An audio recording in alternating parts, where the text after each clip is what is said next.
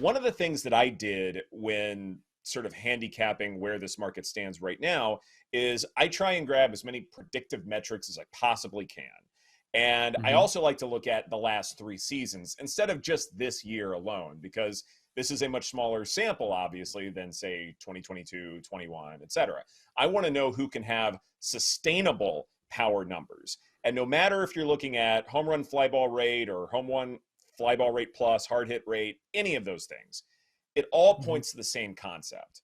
Aaron Judge is that much better at hitting than everybody else.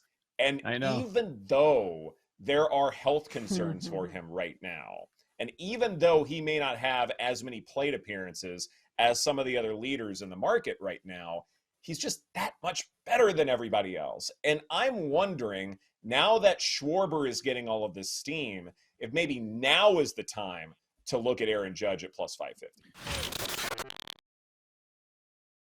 The New York game, right? Yankees, Mets, Cole and Verlander.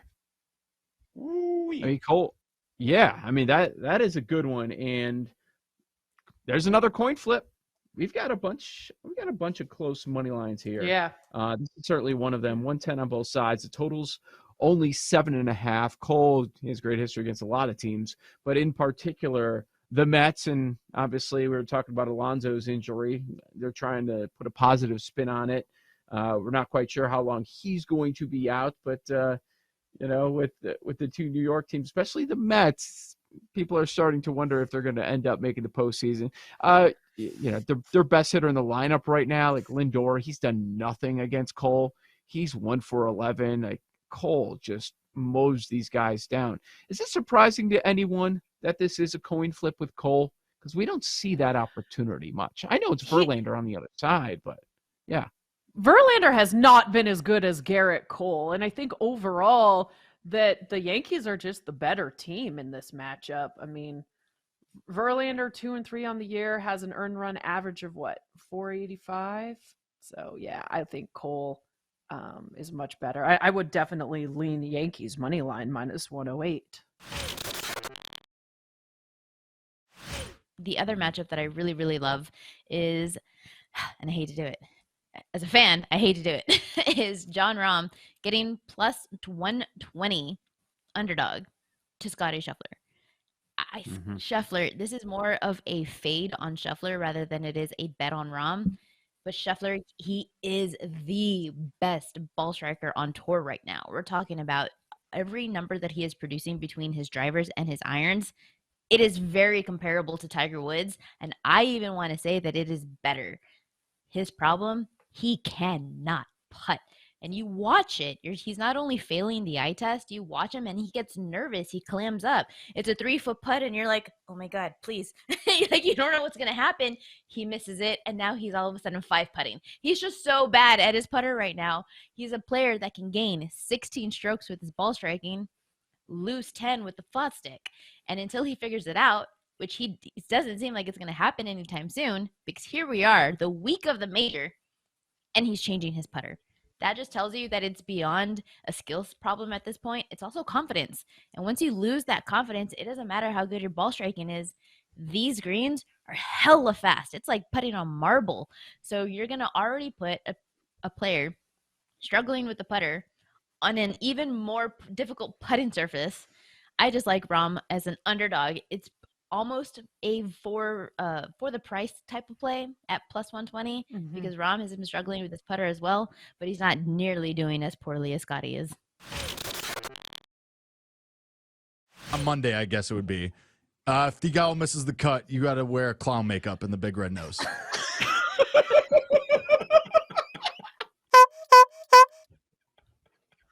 What?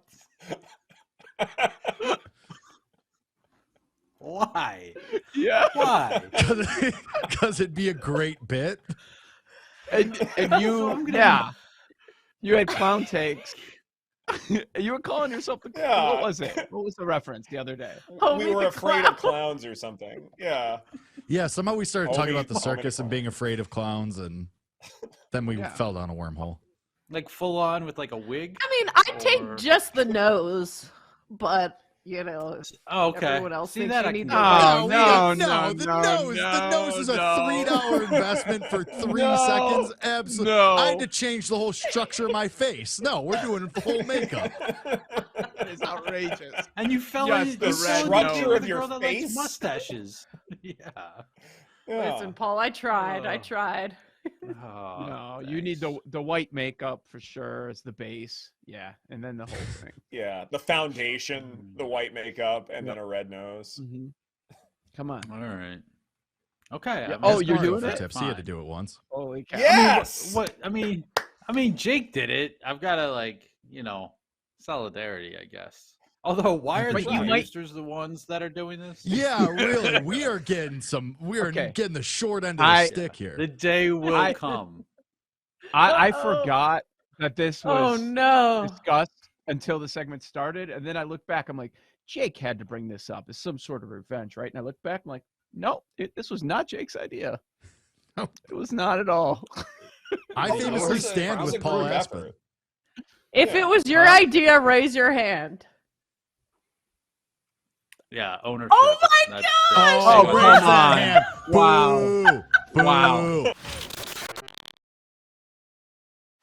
Kyle, I was looking at the player draft positions that are available to bet on, overs and unders. For the most part, you're pretty close to some of the numbers that are posted with your latest mock. But one difference that did stand out is Keontae George. The over-under is 13.5 plus 175 to the under. With that 13.5 number, you have him going 8 to Washington. Why are you so high on him? Yeah, this dude is basically like a Brad Beal clone. And so it makes a lot of sense that, hey, Washington picking at number 8, they tend to like players like that. Obviously, Bradley Beal has been wildly successful for the Wizards. Keontae George is someone who has a great background. He's a former 5-star recruit, really starred at Baylor last season and put up huge numbers. But from a efficiency standpoint, I think there's some concerns there. He switched agents several times. I think people in general, maybe from an outsider's perspective, think, okay, well, he could be kind of difficult to work with. But he, athlete-wise, he's a great athlete. He's very explosive. Watched his pro day at the Combine in Chicago. Some two-handed finishes, kind of dunking above the rim that I think really impressed scouts and decision makers. And in general, this is someone who can be kind of like a combo guard. He can create his own shot. He can be his own facilitator and create for others as well. So just in general, kind of his prospect profile checks a lot of boxes for me. I think there definitely are some red flags, and I think probably why he won't be a clear top 5 pick in this class. But he seems like a guy who teams, if they bring him in for a workout and see what he can do, see his skill set, he's going to end up, I think, going higher than maybe people expect. So I am a little bit higher on him than consensus. I do like the under there. I think he could end up going in the single digits on draft night.